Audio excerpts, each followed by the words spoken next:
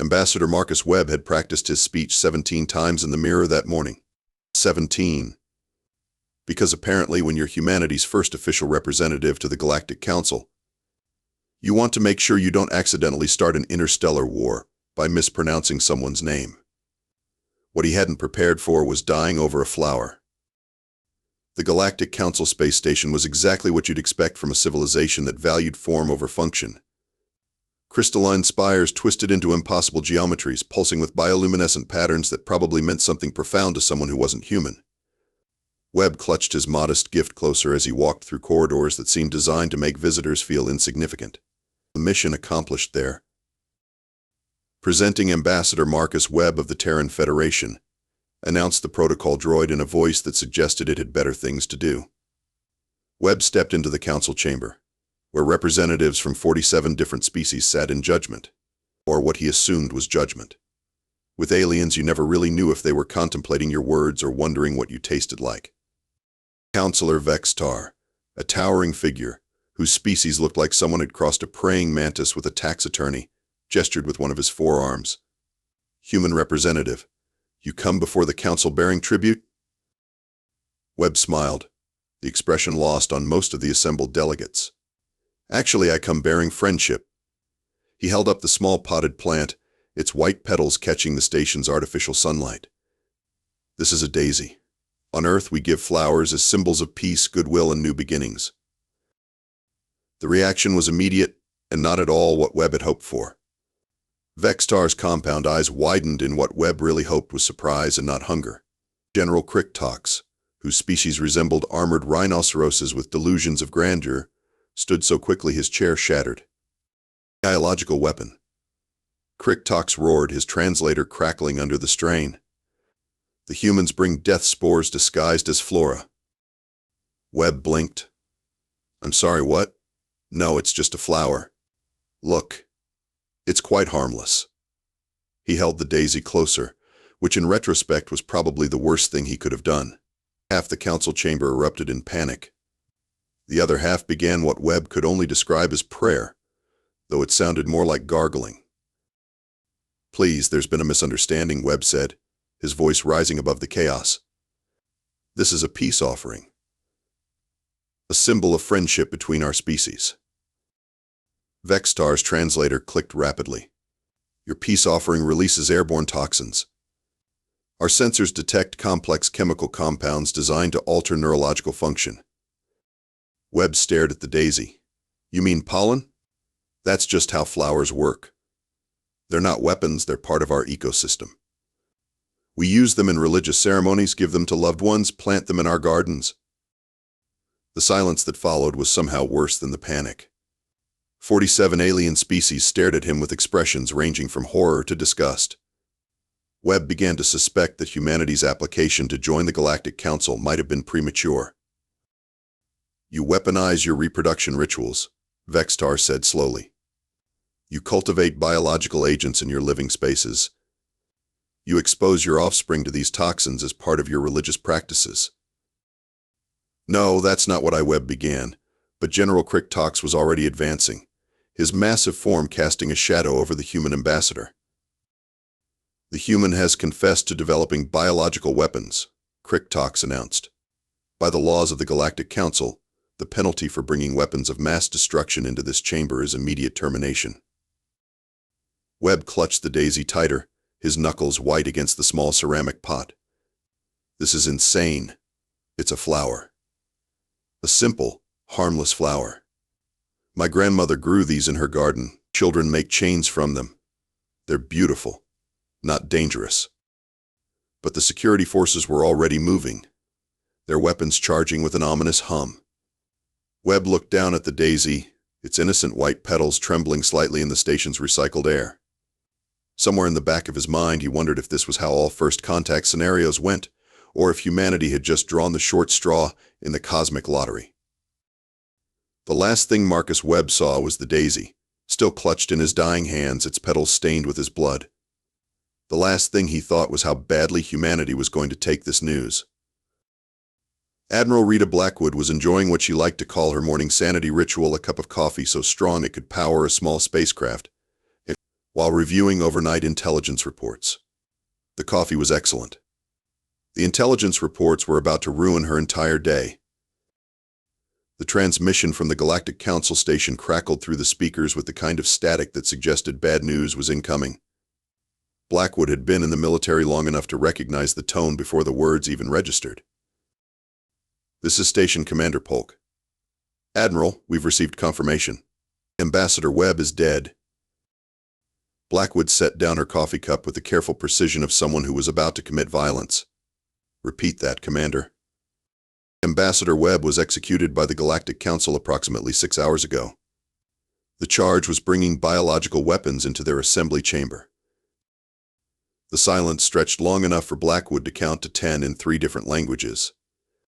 When she finally spoke, her voice had the kind of calm that made junior officers update their wills.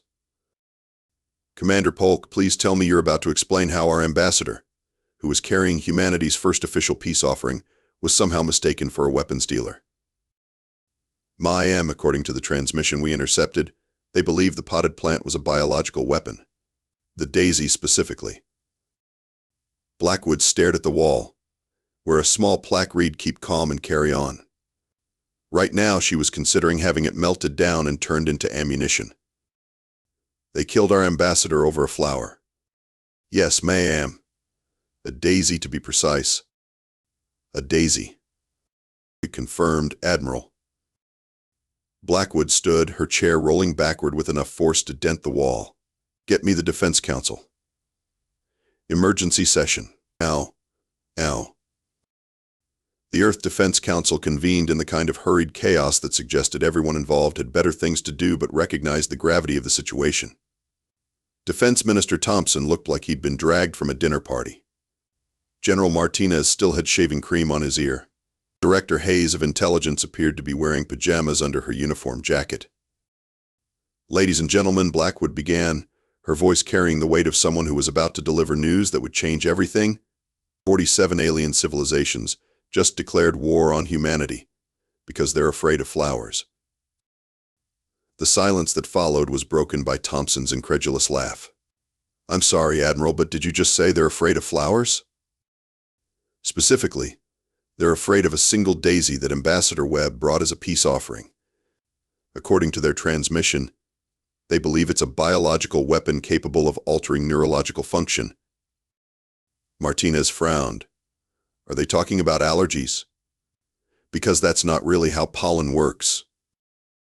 Apparently, the galaxy's most advanced civilizations have never encountered the concept of plants that reproduce through airborne particles. They've interpreted our entire ecosystem as a weapons program." Hayes leaned forward, her expression grim. "Admiral, are you telling me that humanity's reputation in the galaxy is based on the assumption that we're so militaristic we've weaponized our gardens?"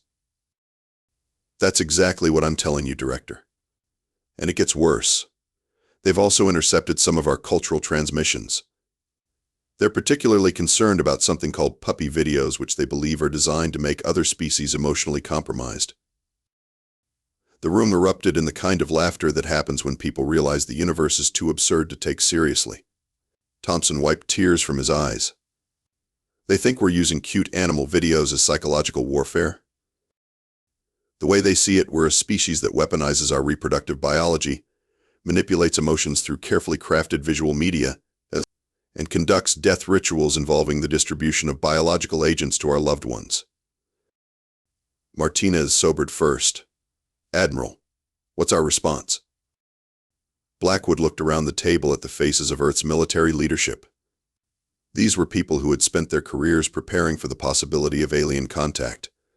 None of them had prepared for this. "We mobilize the fleet," she said simply. "Not because we want war, but because apparently we're already in one. The Galactic Council has voted to launch a preemptive strike against Earth. They're convinced we're about to unleash our biological weapons on the galaxy." "How long do we have?" Thompson asked. "Their fleet is already en route. ETA 72 hours. The room fell silent again. Finally, Hayes spoke up. "Admiral, are we really going to go to war over a misunderstanding about flowers?" Blackwood's expression hardened. "Director, they executed our ambassador for bringing a peace offering. They've declared war on humanity based on their own paranoid delusions. And now they're sending a fleet to destroy our home world because they're too scared to admit they made a mistake. She stood, her decision made. We didn't start this war, but we're damn well going to finish it. And when we do, maybe the galaxy will learn the difference between a daisy and a doomsday device. As the Defense Council dispersed to mobilize humanity's forces, Blackwood remained in the conference room, staring at the star charts. Somewhere out there, Marcus Webb was dead because he'd tried to make friends with a flower. The irony wasn't lost on her. Humanity was about to become the galaxy's worst nightmare, and it all started with a symbol of peace.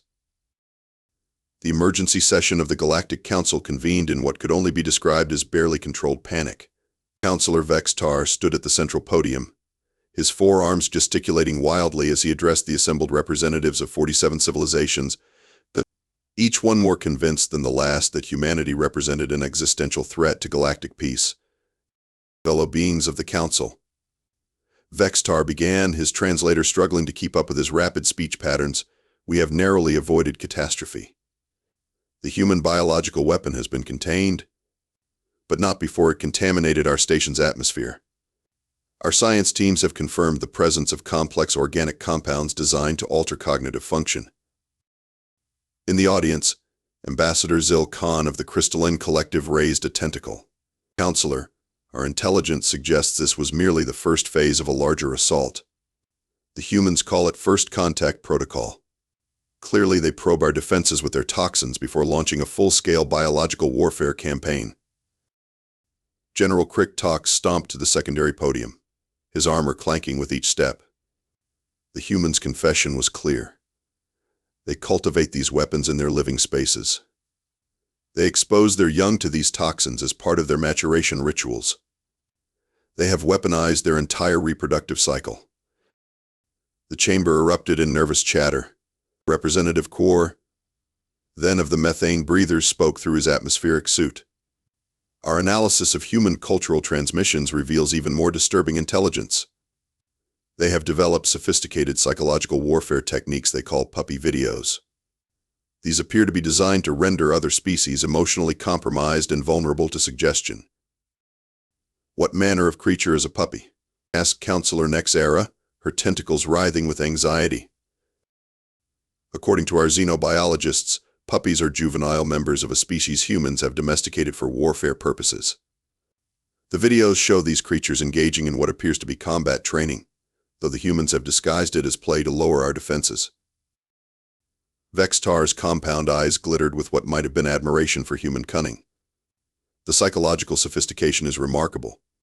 They've created a weapon that bypasses rational thought entirely, targeting the emotional centers of the brain. No wonder they've conquered their entire planet. General Crick Tox pulled up a holographic display showing Earth's continents. Intelligence indicates they've divided their world into competing factions for the sole purpose of perfecting their warfare techniques. They call these divisions nations and engage in regular combat exercises to maintain their fighting effectiveness. What about their death rituals? Asked Ambassador Plexnar of the Hive Minds. Our cultural analysts are deeply disturbed by their practice of distributing biological agents to their deceased. Ah yes, Vextar said, his voice dropping to what he probably thought was an ominous whisper. The humans engage in ceremonies where they place their biological weapons alongside their dead. They call it funeral flowers. Clearly, they're attempting to weaponize the grieving process itself, ensuring that even in death, they spread their toxins. The chamber fell silent as the implications sank in. These weren't just warriors, they were a species that had turned every aspect of their existence into a weapon. Their reproduction, their emotions, their relationships, even their death rituals. It was brilliant, terrifying, and absolutely had to be stopped. There's more, General Crick Tox continued, pulling up another display. Our surveillance has detected massive installations on their planet's surface where they cultivate billions of these biological weapons. They call them gardens and farms. The scale of production suggests they're preparing for galactic conquest. Representative Yaxoth of the Silicon Collective raised a crystalline appendage. General, what of their spacefaring capabilities? Are they technologically advanced enough to pose a threat? That's what makes them so dangerous, Cricktox replied. They've developed crude but effective interstellar travel. Their ships are primitive by our standards, but they're built for one purpose: war. No aesthetic considerations, no artistic elements, just pure functionality designed to deliver maximum destruction. This was technically true, though the aliens had completely missed the point. Human ships were functional because humans were practical, not because they were warlike. But the Galactic Council was now convinced that humanity's engineering philosophy proved their aggressive intentions. What do we know about their military structure? Asked Counselor Vextar. They've organized their entire species into what they call military-industrial complexes. Every human settlement appears to be centered around weapons production and warrior training. They've even militarized their entertainment, creating elaborate simulations of combat scenarios they call sports. The nervous chatter grew louder. Sports were military training? Gardens were weapons farms? Puppy videos were psychological warfare? The evidence was overwhelming. Humanity wasn't just dangerous, they were the most sophisticated warriors the galaxy had ever encountered. The vote is clear, Vextar announced. We cannot allow this species to spread their biological weapons throughout the galaxy. We cannot permit them to deploy their psychological warfare against our peoples. We cannot stand by while they prepare for galactic conquest. What do you propose? Asked Ambassador Zilkhan. Preemptive strike. We mobilize the combined fleets of all Council species and eliminate the human threat before they can launch their biological warfare campaign. We destroy their weapons farms, their warrior training centers, and their psychological warfare production facilities. The vote was unanimous. 47 alien civilizations, each convinced they were preventing galactic holocaust, agreed to destroy humanity to protect the galaxy from flowers, puppy videos, and funeral arrangements. As the session concluded and the alien fleets began mobilizing, none of them stopped to consider that maybe, just maybe, they might have misunderstood something. After all, they were advanced civilizations. They had sophisticated technology, complex social structures, and centuries of experience with interstellar politics. They couldn't possibly be wrong about something as simple as a flower. Admiral Rita Blackwood stood on the bridge of the EDS Determination, watching the Galactic Council's massive fleet approach through the viewscreen. 237 ships from 47 different species, all convinced they were about to save the galaxy from humanity's biological weapons program. She'd seen some spectacular failures of intelligence in her career, but this was approaching art. Admiral, called Commander Torres from the communication station, were receiving multiple hails from the alien fleet. They're demanding our immediate surrender. Put them through, Blackwood ordered, settling into her command chair. Let's see what they have to say. The view screen flickered to life, showing Counselor Vextar's insectoid features twisted into what might have been righteous indignation. Human fleet, you're ordered to surrender immediately. Your biological warfare program has been exposed. Your psychological manipulation techniques will not be tolerated. Submit to Galactic Council authority or face annihilation. Blackwood leaned forward, her expression carefully neutral. Counselor Vextar, I believe there's been a misunderstanding. We're not here to fight. We're here to discuss the murder of our ambassador and hopefully prevent this situation from escalating further. Murder? Vextar's compound eyes glittered with what might have been confusion. The human was executed for bringing weapons of mass destruction into our assembly chamber. He brought a flower. A single, harmless flower as a symbol of peace. Your harmless flower released biological agents into our atmosphere. Our sensors detected complex chemical compounds designed to alter neurological function. Blackwood closed her eyes and counted to 5. Counselor, that's called pollen. It's how flowers reproduce. Every planet with flowering plants has pollen. It's not a weapon, it's basic biology. The alien fleet's response was immediate and not at all what Blackwood had hoped for. Instead of recognition or embarrassment, she heard what sounded like panicked chatter across multiple communication channels. They admit to weaponizing reproduction, came a voice that might have been General Cricktox. They've turned biological processes into warfare agents. Sir, Commander Torres said quietly, I think they're interpreting your explanation as a confession. Blackwood rubbed her temples. Of course they are. Because apparently we're dealing with civilizations that have never encountered the concept of sexual reproduction in plants. She activated her comms again. Counselor, we're going to try a different approach. We're transmitting cultural files to help you understand human civilization. Admiral, are you sure that's wise? Asked her tactical officer. Given their track record with misinterpreting our intentions? Commander, they think we're biological warfare specialists because of flowers. I'm not sure there's a less wise option available. The human fleet began broadcasting Earth's cultural archives. Music, art, literature, documentaries, and yes, a carefully selected collection of puppy videos that the intelligence department had assured her would demonstrate humanity's peaceful nature. The alien fleet's reaction was immediate and predictable.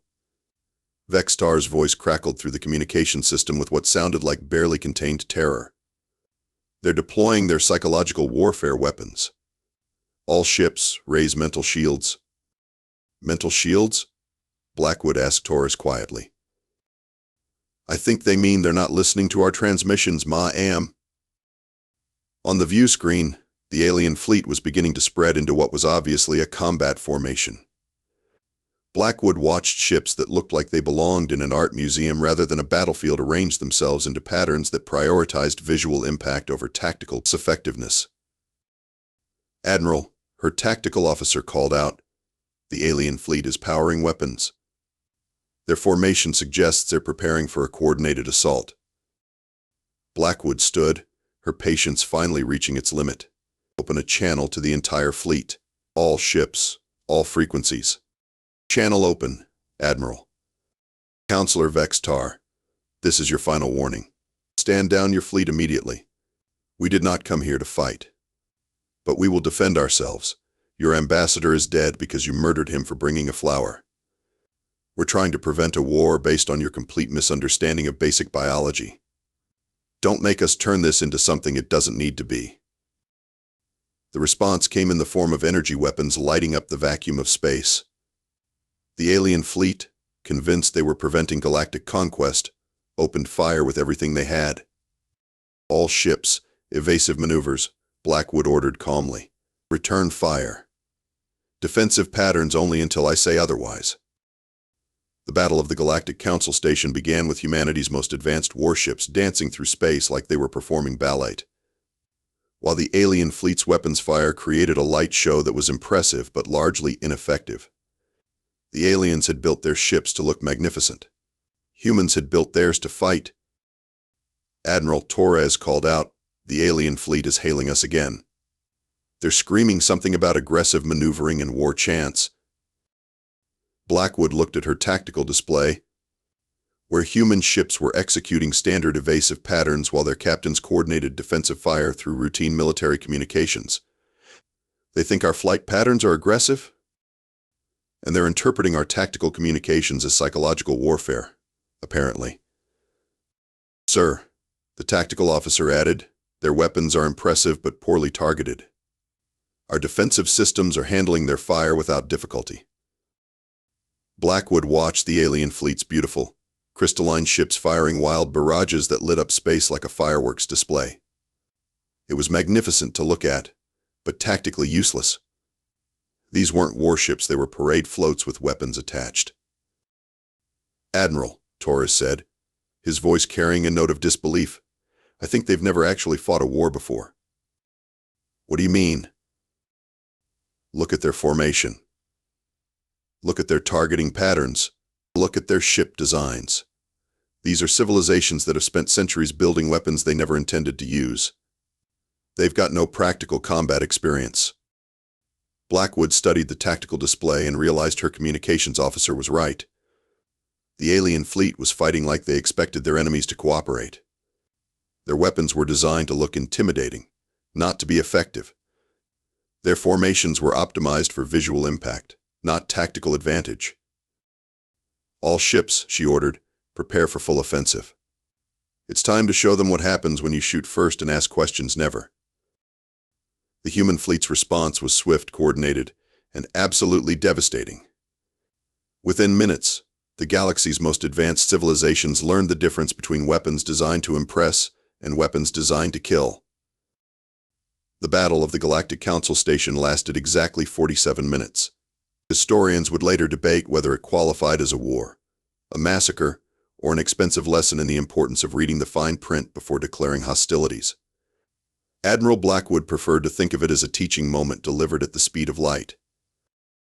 The alien fleet's opening salvo was magnificent to behold. 237 ships fired simultaneously, their weapons creating a cascade of energy that lit up the vacuum of space like a supernova. The light show was so impressive that several human crews actually paused to appreciate the artistry before remembering they were being shot at. Damage report, Blackwood called out as the EDA's determination shuddered under the impact of what felt like a dozen energy beams. Shields at 87%, Admiral. Minor hull scoring on decks 4 and 7. Engineering reports all systems operational. Blackwood frowned.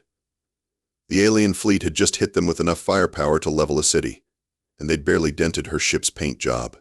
Tactical. What's the status of the alien weapons? They appear to be optimized for visual impact rather than penetrating power. High energy output, but the beams are dispersed across too wide an area to be effective against military-grade shielding. They built weapons for intimidation, not destruction, Blackwood realized. How very civilized of them. The human fleet's response was immediate and educational. Where the alien weapons were designed to look impressive, human weapons were designed to work. The EDA's determination's main batteries fired in a coordinated pattern that targeted the alien fleet's command ships with surgical precision. The first alien vessel to explode was a beautiful crystalline structure that looked like a work of art. It disintegrated in a shower of rainbow-colored fragments that would have been pretty if they hadn't represented the death of 300 alien crew members who had never actually expected to fight a real war. Admiral Torres called out, "We're receiving surrender signals from 12 alien vessels. They're requesting parley." Negative. They started this fight. They can finish it. All ships. Continue offensive operations. Target their command and control vessels first. The human fleet moved through the alien formation like wolves through sheep. Where the alien ships relied on formations designed for parades, human ships fought in loose, flexible patterns that maximized their offensive capability while minimizing their vulnerability. Where alien weapons were built to look threatening, human weapons were built to kill efficiently. General Cricktox's flagship, a massive vessel that looked like someone had crossed a cathedral with a porcupine, fired everything it had at the human fleet. The barrage was impressive, colorful, and completely ineffective. The EDA's Retribution, a human-heavy cruiser, responded with a single torpedo that punched through the alien ship's shield's hull and command structure before exploding in the general's face. "Scratch one, General," reported Captain Martinez from the Retribution.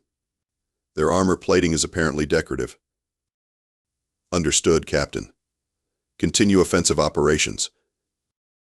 The alien fleet's panic was palpable. Their communications channels filled with increasingly desperate calls for retreat, surrender, or divine intervention, none of which were forthcoming. The Galactic Council had built their military to fight civilized wars against civilized opponents who would follow civilized rules. They'd never considered what would happen if they faced an opponent who treated war as a practical problem to be solved rather than a formal ritual to be performed. "Admiral," her tactical officer called out, "the alien fleet is attempting to reform their battle lines. They're pulling back to defensive positions around the station." Blackwood studied the tactical display. The alien ships were clustering around the Galactic Council station in what was probably meant to be a protective formation. Unfortunately, they'd just created a target-rich environment for human weapons. "All ships, concentrate fire on the station's defensive grid. Let's see if they built their headquarters to the same standards as their fleet." The Galactic Council station's defenses were indeed impressive. Massive energy cannons emerged from hidden ports, creating a web of defensive fire that looked like it could hold off an invasion fleet. The operative word being looked. When the human fleet's coordinated barrage hit the station's shields, the defensive grid collapsed like a house of cards in a hurricane. Station defenses are down, reported Commander Torres. We're reading massive system failures across their defensive network. Excellent. Signal the alien fleet. Tell them they have 60 seconds to surrender before we start targeting their life support systems. The surrender came in 43 seconds. 47 alien civilizations, each convinced they were preventing galactic conquest, had just learned that sometimes the galaxy's newest species is also its most dangerous. Admiral Torres announced, "We're receiving a priority transmission from Counselor Vex-Tar. He's requesting immediate ceasefire and formal surrender protocols." Blackwood looked at her tactical display. The alien fleet was in ruins. Beautiful crystalline ships floated dead in space, their crews either dead or desperately trying to keep their life support systems operational. The Galactic Council station was defenseless, its shields down and its weapons offline. "Put him through," she ordered. Vex-Tar's image appeared on the view screen, his compound eyes dim with defeat. "Human Admiral, the Galactic Council formally surrenders. We request mercy for our surviving crews and protection under the Galactic Conventions of War." "Counselor," Blackwood replied, her voice carrying the weight of humanity's first military victory in space, "we'll discuss terms when I come aboard your station." "And Counselor?" "Yes, Admiral?" "Next time you want to start a war, maybe make sure you know what you're fighting about first." The shortest war in galactic history was over. Humanity had won not through superior numbers or advanced technology, but through the simple expedient of building weapons that actually worked and using them with the kind of practical efficiency that comes from a species that had spent millennia perfecting the art of killing each other. The galaxy would never look at humans the same way again. More importantly, they'd never look at flowers the same way either. Admiral Rita Blackwood strode through the corridors of the Galactic Council station with the confidence of someone who had just won humanity's first interstellar war in under an hour. Behind her, a squad of human Marines provided security, their weapons conspicuously displayed for the benefit of any aliens who might be having second thoughts about surrender. In her left hand, she carried a small potted cactus, because if you're going to make a point about flowers, you might as well make it memorable. The council chamber was a study in barely controlled panic. 47 alien species sat in stunned silence, their previous confidence replaced by the kind of shell-shocked expression that comes from having your entire worldview demolished by superior firepower. Counselor Vex-Tar huddled at the central podium, his forearms wrapped around himself in what might have been a defensive posture. "Counselor Vex-Tar," Blackwood announced, her voice carrying across the chamber with the authority of someone who had just proven that humanity's reputation for violence was well-deserved, "we need to talk." The chamber fell silent except for the nervous chittering of various alien species. Blackwood walked to the center of the floor, her boots clicking against the crystalline surface with each step. She set the potted cactus on the podium and looked around the assembled representatives. "Ladies, gentlemen, and assorted beings of indeterminate gender," she began. "Let me start by expressing humanity's profound disappointment in the Galactic Council's decision-making process. You murdered our ambassador for bringing you a flower. And then you declared war on our entire species because you were too paranoid to admit you might have made a mistake." Vex-Tar's translator crackled to life. "Admiral, we believe the biological agent posed a threat to galactic security. Our actions were taken in the interest of protecting all species." "Protecting them from what? Hay fever?" Blackwood picked up the cactus, its spines glinting in the chamber's light. "This is also a flower, Counselor. It's called a cactus. Should I expect your security forces to open fire because it has thorns?" The alien security forces actually did tense at the sight of the cactus, their weapons rising slightly before Vex-Tar gestured for them to stand down. Blackwood noticed the reaction and smiled coldly.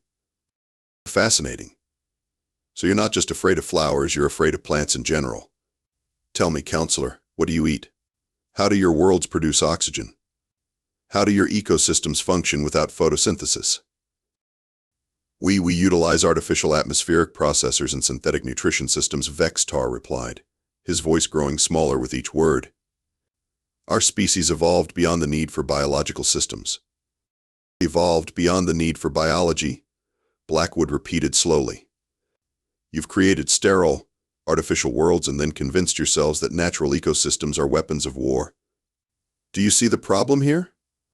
General Crick Tox, somehow still alive despite his flagship being turned into scrap metal, spoke up from his position in the survivors section. Human Admiral, your species has weaponized natural processes. You cultivate biological agents in your living spaces. You expose your young to toxic compounds. We grow gardens. We give flowers to people we care about. We teach our children to appreciate the natural world. Blackwood's voice grew harder. What you've described as weapons are actually the foundation of life itself. And you killed our ambassador for trying to share that with you. The silence that followed was broken by Ambassador Zil Khan of the Crystalline Collective. Admiral, are you saying the biological agent was not intended as a weapon? I'm saying it wasn't a weapon at all. It was a daisy. A simple flower that grows in gardens across Earth. Ambassador Webb brought it as a symbol of peace and friendship between our species. Then the psychological warfare transmissions. Or called culture. Music, art, literature, and yes, videos of young animals playing. We call them cute and they make us happy. Apparently you interpreted our attempt to share our culture as an attack on your mental defenses. Vextar's compound eyes dimmed with what might have been shame. Admiral, if we have misunderstood your intentions, the Council offers its formal apologies for the death of your ambassador. Your apologies are noted, Counselor. But they don't bring Marcus Webb back. They don't undo the fact that you declared war on humanity based on your fear of flowers. And they certainly don't address the fact that you attacked our fleet with the apparent belief that you could intimidate us into surrender. Blackwood looked around the chamber, meeting the eyes of each surviving delegate. Let me be clear about something. Humanity didn't want this war. We came here seeking peaceful contact with galactic civilization. We brought gifts, offered friendship, and hoped to learn from species more advanced than ourselves. She paused, letting her words sink in. What we learned is that advanced doesn't necessarily mean wise. You've built a civilization based on fear of the natural world, paranoia about other species, and the assumption that your technological superiority makes you invincible. Today you learned how wrong you were. What are humanity's terms for peace? Vextar asked quietly. Simple.